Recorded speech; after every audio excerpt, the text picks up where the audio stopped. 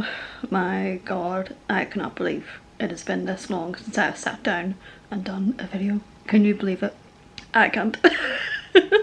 So I don't even know where to start. I have notes, so I'm going to get my notes up so that I stay on track. Notes this to actually fill you guys in on where I have been for the past 2 years, and please excuse the no makeup and my hair is looking a bit, we'll not talk about it.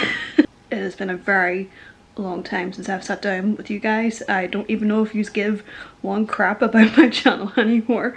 It is not on your Rafferty art as what it once was. That unfortunately, you know, went about 2 years ago. So let me take you back to 2024 and I will fill you in on where I have been. So pretty much in 2024, my little Christian art business that I had for about a couple of years since 2020 that I started in lockdown, it failed miserably and I fell flat on my face with failure. It was painful. It was heartbreaking to put all of what I thought was, you know, God's will for my life into something, to invest money, to invest time and skill, and to go online and to put yourself out there and to do all these different things, and like to end up in complete and utter failure. It was just, it was pretty traumatic for me. Like I won't lie to any of you on this. Like I will tell you exactly how I felt during that time. For me, during that time of my life where I was an artist, this is what I do, and that was it. That was all I did. That was all who I was. And I forgot who I was as a person. Like, rebuilding from that after was very, very difficult. I'm trying to get the right angle here. I've got double chins. I haven't done my gua sha in ages.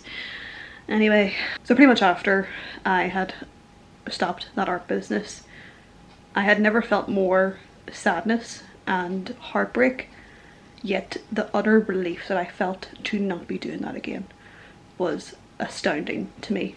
I felt like it was definitely the end, a really clear definitive end of a season for me in life. And I will tell you this much, when I was doing writing in between that time, I think I told you guys about that maybe, I never looked back. Honestly, I did not look back after leaving that business behind. It did really wound me, it did hurt, it took me a while to get over, but I had something a lot more valuable with writing, which is what I will be talking about in this video today. After all of the failure went down with my art business and going back into a new corporate job, which I am still at today, with the writing in particular, I knew I wanted to take it somewhere and I knew I wanted to take it seriously. That kind of became the thing, and I kid you not, with the writing, all that I felt with it was an ease that I cannot understand. I have never felt something creatively in my life that has felt like it just clicked. I don't know.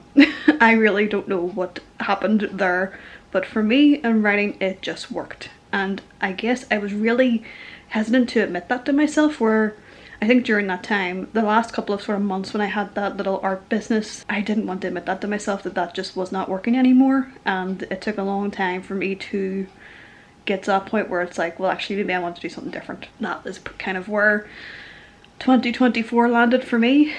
What else happened in 2024? Oh, I went to see Taylor Swift. It was awesome. I will insert a wee video from the concert down in Dublin at the Aviva Stadium for night one. It was amazing.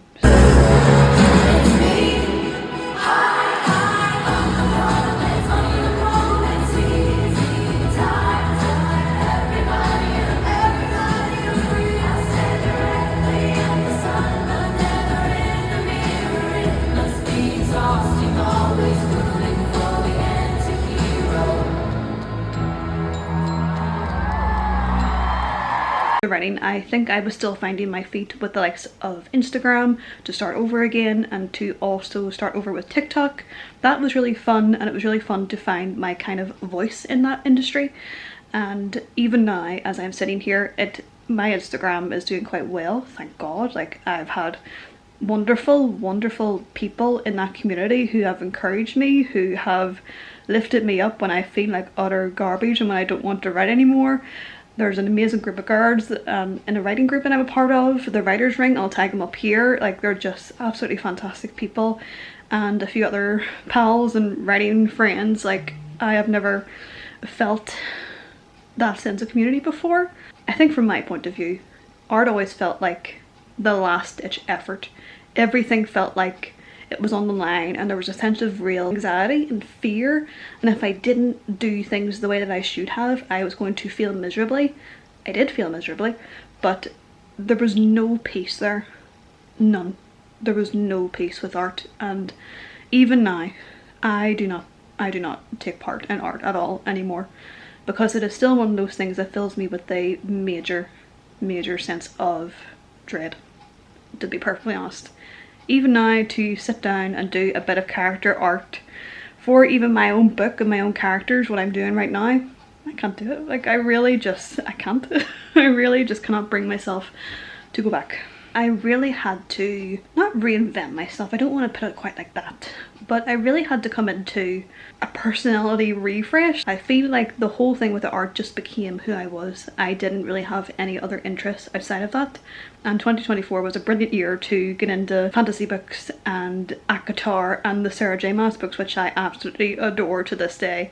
Like, I'm sorry, but like, I don't really care what anybody says at this particular moment in time about those books, but I just really resonated with the healing arcs and the redemption and the female strength of those characters in those books with ACOTAR and Throne of Glass and Crescent City. Absolutely wonderful. It was pivotal for me as a reader to get back into that and to really hone in on that fantasy genre and to learn more about it and to realise that that is what I like. I definitely feel like within the church you feel a bit of a sense of guilt. That is where 2024, one of the worst years of my life, and then it gets worse in 2025.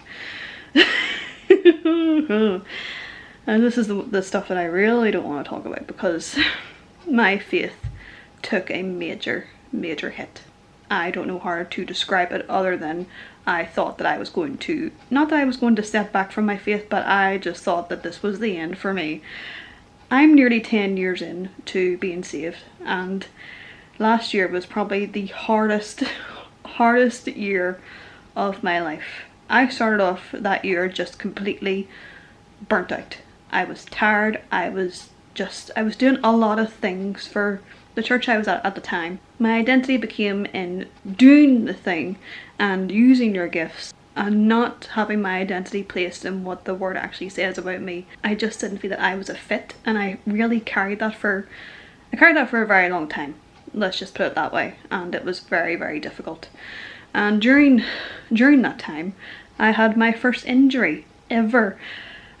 It was bad. It was so bad. You have no clue what that was like. I'm sure if you have had an avulsion on your foot, which is basically where the joints come away from the ligament, or vice versa. I'm not a doctor. You can correct me if I'm wrong, but that is where I ended up, and it was a very painful recovery. That meant my own little lockdown at home, and I was not happy at all. And it was hard. It was really hard. That was hard for me to go through. It was hard for me to be on my own recovering from an injury where I really didn't know what was going to happen and how this was going to heal and how I was going to get better. Like, it hurt in a lot of emotional ways at that time. I think I really hit a brick wall in terms of my faith when I eventually started to go back to church and everything else. And unfortunately, during that time, with a lot of other events that occurred for me, I decided to leave the church that I was at for nearly 3 years, and that broke me. That broke me in half. All of my identity was put on to people and their approval and belonging. I feel really bad for talking about this. Like, first of all, I have no ill will towards this church. I wish them all the very best in what they are doing. It's wonderful. That was hard, to leave that particular organisation behind. It was not easy, and it was not a very light decision that I came to. A lot of stuff just occurred during that time, unfortunately. I know that people aren't perfect. I know that the church aren't perfect, as am I. I do not get it right in all my 10 years, nearly 10 years on actually Saturday, I think on the 20th of April. Oh no, actually next Monday it'll be 10 years for me being saved, and I can tell you this much, it has been some of the most raw things that I have had to go through this year alone, and last year I don't know how I got through it. I can honestly say I really don't know. I didn't think that I was going to make it, to be perfectly honest. My mental health took a hit after that, and I just felt completely and utterly lost. I had never felt that way before in my life, where 1 minute you were a part of something and then to be alone in that way is very flippin' hard. And I don't want to get emotional because I've done a lot of healing to try and get to this point to talk about this, but that was hard. That really broke me. But at the same time, throughout all of this, God has been very good in that way that he really had to be patient with me during this. And I think too with writing, which I will get on to now, that is where I really found a lot of solace and a lot of belonging, especially on the likes of book Instagram and book TikTok, and just having that community and having that distraction of writing, and to create new worlds in a fantasy novel where my books, they aren't explicitly Christian as such, but I am a Christian and I will do stuff with excellence and I will make very good literature and it will be good, you know? Do you know what I mean? Like, do you know where I'm coming from? That, like, writing just became my little safe space to create a world that was not mine, and to have real characters going through real stuff, like going through major identity crises, and even now with another manuscript that I'm working on, to go through major healing, but like to have characters within these worlds to sit with major pain and to not brush it off, to actually process it and actually to heal from it. And they may not get it right, and they may not get it the way that it should be, aesthetically Christian way, with the pastel highlighters and the TikToks and the spontaneous worship caught on camera. No, like, it's real life, and it's real human being stuff that we go through, and that's what I have been doing as of this year. I think hopefully that will give you a bit of a sense of where I've been at for the past 2 years. It has not been easy. It has probably been some of the worst things I've went through in my life, and especially over these past 4 months so far in this year with writing. It has been probably some of the best times that I've had to have direction and to know that, okay, I think I want to go down this route of publishing a book. And again, I cannot explain the absolute ease that I feel with writing. Now, bear in mind, it's not all perfect. Like, there are days, like last night, I was sitting down to edit my manuscript and I didn't want to do it. I didn't feel like I had the skill set to do so. But at the same time, you kind of had to get your behind in the chair and just get to work and to do the thing, even when you don't feel that everything's all sunshine and rainbows. I don't know, writing for me just works. I cannot explain it. I was watching the Sarah J Maas podcast with Call Her Daddy with Alex Cooper. That was probably some of like the best interviews that I've ever seen, ever. Like, I don't know what it is, but just that the raw human experience that we all feel, that even in the Christian space isn't quite talked about. It's kind of glossed over at times, in my humble opinion, to actually sit down and talk about it, and to use your books as such a tool to make people feel seen and to make them feel known and to make them feel like they are not alone. If someone reads my book one day, if it's just one that makes it on the shelf, and they feel like they're not alone, then I have done my job. And a wonderful learning curve, and it's been a wonderful thing to get into with reading, and to go to these words and to escape for a while, and to have people to talk about them, and to have so many people talk about them on my page. Like, that's absolutely fantastic. And it's very strange because I would have thought with the likes of the art page that I did have previously, with it being so explicitly Christian, like, that's what the message was. It was Christian, it was about Jesus, and this is what is going to happen. But then to go to a place where it is kind of more of an in-between type of thing, where not that you have your foot in the world as such, but you can kind of be a translator for them, and not to have, I suppose, shoving a message down their throats that they wouldn't want to hear. It's so strange though with the art page that it was explicitly Christian, but it absolutely tanked for me, and it was such, I don't want to say it was a burden, but it really did feel like a burden where I really had to keep this going in my own strength. And I found with the writing page, although it is not explicitly Christian, but people know that that's what I believe, and that is where that governs my life, and that's where things flow out of, and that is good, and that's good to have in my opinion. But to have like a more secular page where obviously it does a lot better and the views come in, it has been wonderful and stuff. So it's just been a bit of a strange place to hold that tension for me over the past couple of years with doing the writing and stuff. So that's kind of where I have landed as of right now, and I am very, very grateful to be in a position where I can write and to share these things and to share these messages within books where it helps people. Like, that is what you want at the end of the day. Like, I mean, I was watching the Sarah J Maas podcast.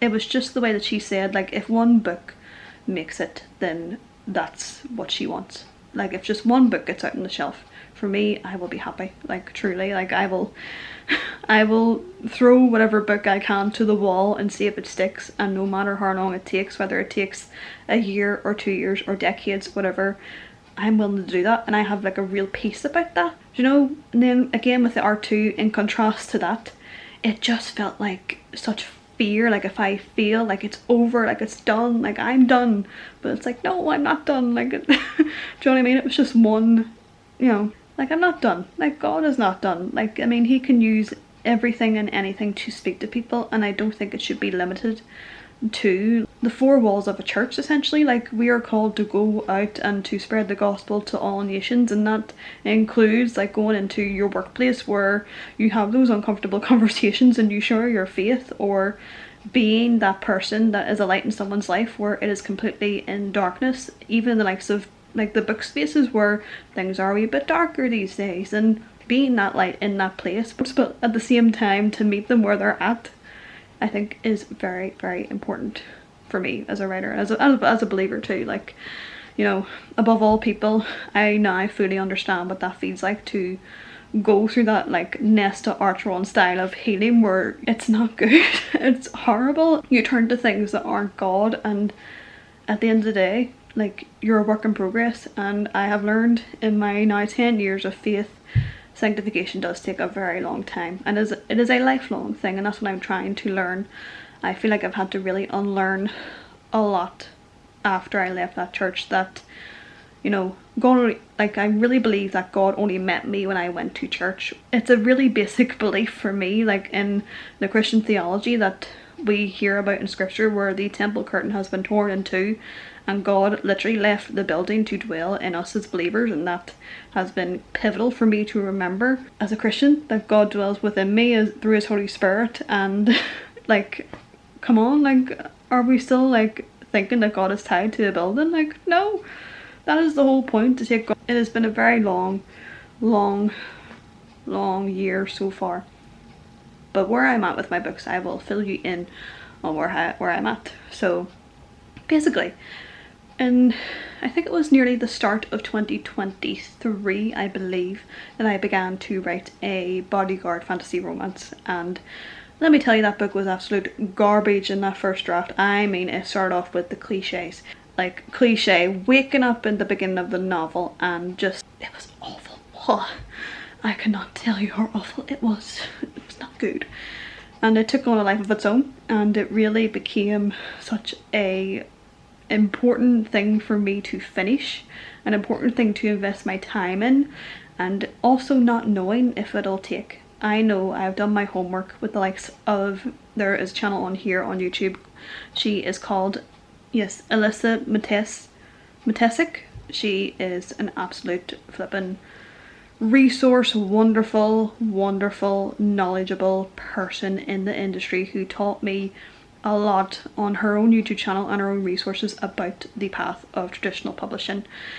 And also too, I have started to watch Christy Ann Jones here on YouTube, and let me tell you, like, I was watching a video of hers on Saturday, and it was about her getting her book deal, and I kid you not, I was sobbing by the end of it. Like, she got her book deal through all of the rejection and every single obstacle you can imagine in that time.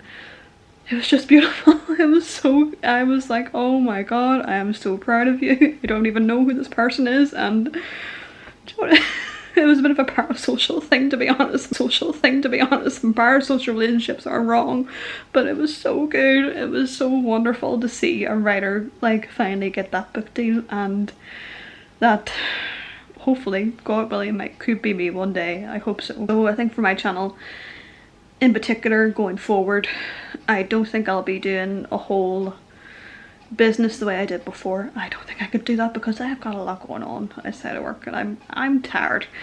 I'm not gonna lie. And also to another detail, I hurt my foot again this year. I hurt my foot back in February, so let me actually show you. There we go, all in its glory. A fractured metatarsal. Lovely, lovely. Yeah, that has not been fun either. I hurt my foot there back in February after going to the gym.